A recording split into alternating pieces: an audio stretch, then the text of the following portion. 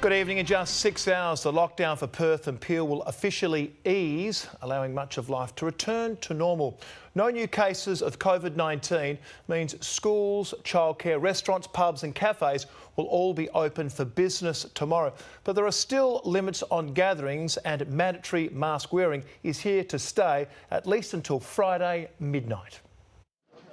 A testing blitz has lifted us out of lockdown. Almost 30,000 COVID tests across 3 days and no new cases overnight. What a difference a few days can make. As COVID clinics emptied, the news we'd all been hoping for. From midnight, we'll be free to leave our homes, but masks will remain mandatory. We need to be cautious when we come out of lockdown, as the virus could still be out there.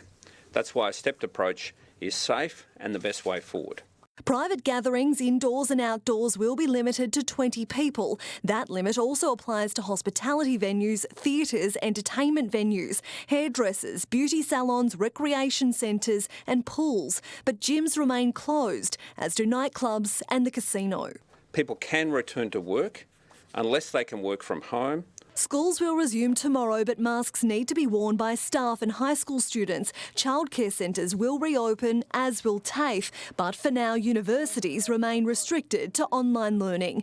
Community sport is back, but no spectators. Playgrounds also reopen tomorrow. There are no travel restrictions, but those who left Perth and Peel from April 17 must wear masks regardless of where they are. I'm happy about it, but I'm more happy that there aren't community cases or more community cases. It put an end to so many exciting things that were happening, and I feel sorry for all the businesses. But as some venues reopen, many won't. The Shaw House will offer a set menu and 6 sittings as a 3-day lockdown turns into weeks of disruptions.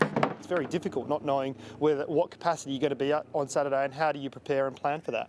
The new restrictions have some venues scratching their heads. How can 100 people gather for a wedding, but just 20 people be allowed to eat at a cafe?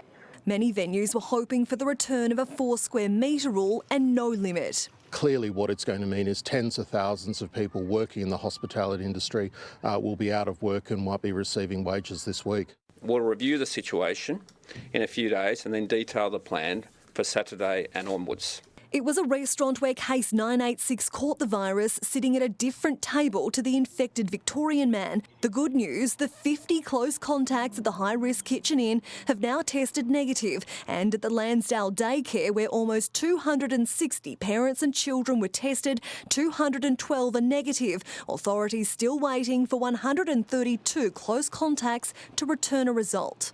There's no indication from our early testing that he's infected anyone, but we won't know for another few days.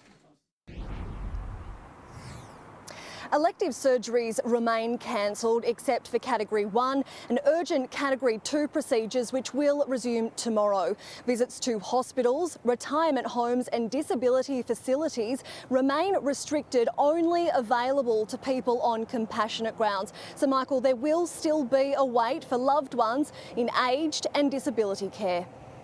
Understand. Jackie, thank you.